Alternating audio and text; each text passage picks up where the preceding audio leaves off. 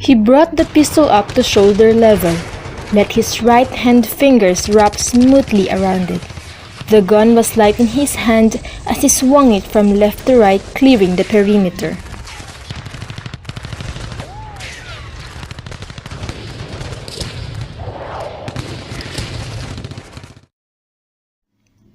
He left the machine and paced around the empty arcade, trying to decide what enemies he'd face next.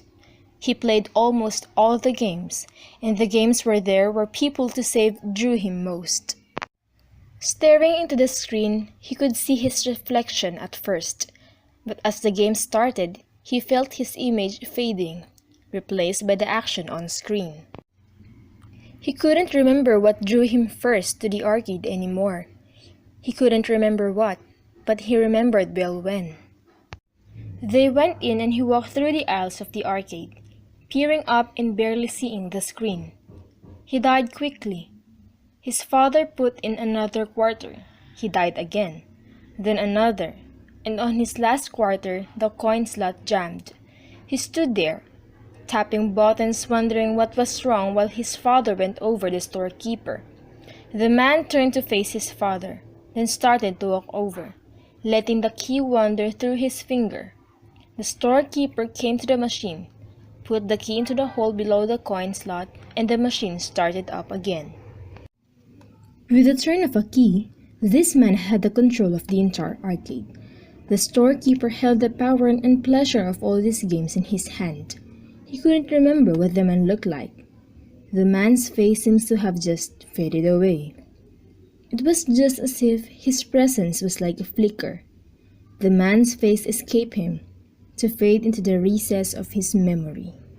He used to dream of disappearing. He would stare at the mirror, looking first at his reflection, then through it, until finally it seemed to him that the reflection was no longer there, that he was no longer there. He found the worlds that he was destined to inhabit. Where the mirror made him disappear, the machines took him away, brought him to different places, made him different people, important people. His family migrated to another country. He'd broken ties with this world. There was no one here to keep dragging him back. He dropped out of school, moved into a room near the mall, and started working as a shopkeeper at the arcade. That key that he had been longing for since his first visit to the arcade was now his. With it, he was the master of this galaxy, holding power over all different worlds with the mere turn of the key. It was all his. This was where he belonged. For a few years, he lost himself in the arcade. Then, he met her. She went to the arcade every Sunday.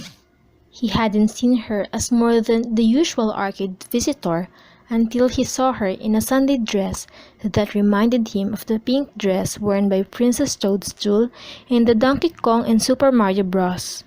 He remembered being Mario climbing to rescue the princess. He saved her. He won her back, and she loved him for it. He dreamed of touching her. She would bring him the things that the arcade could not. She brought him back to the world. He was throttled back into the present when he saw her, his Princess Toadstool holding one boy's arm.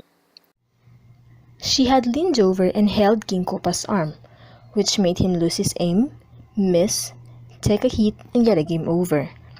That's when he came in, sliding between Princess Toadstool and King Koopa. She thanked him. She smiled and told him that she was flattered that he had noticed. He waited anxiously for Sunday when she could come in. He watched her as she came with her brothers.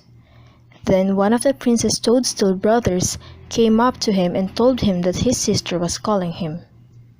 She was sitting in the machine holding onto the steering wheel, that it had eaten her token, so he bent into the machine and gave the key. He waited for her to recognize him, to remember what happened Friday, what he'd done for her. He spent the rest of the day in daze. He felt as if his body was becoming a blank, taking up space but having no matter. She hadn't remembered him, hadn't recognized his face, hadn't known who he was. He was not a person. He was just the key that he held. Who was he then? And how much of his identity lay in that key? When he was in a game, he could feel himself fading. He stared into the screen, watched as his face began fading away, waited until it had disappeared. He could feel himself gaining substance, not being a blank anymore. In the morning, the guard came to find the gun hanging from its arcade machine. A copy of the arcade's master key was stuck in the machine's slot. The owner thought that the boy had worked for him these past years. The peculiar thing was that he couldn't even remember what the boy looked like. The owner had to replace one of the machines in the arcade. He'd been having a problem with that machine. The guard had found the master key in it. It wouldn't accept any tokens, and the game would go on from start to end, with the display following a distinct rhythm: bang, bang, bang, reload.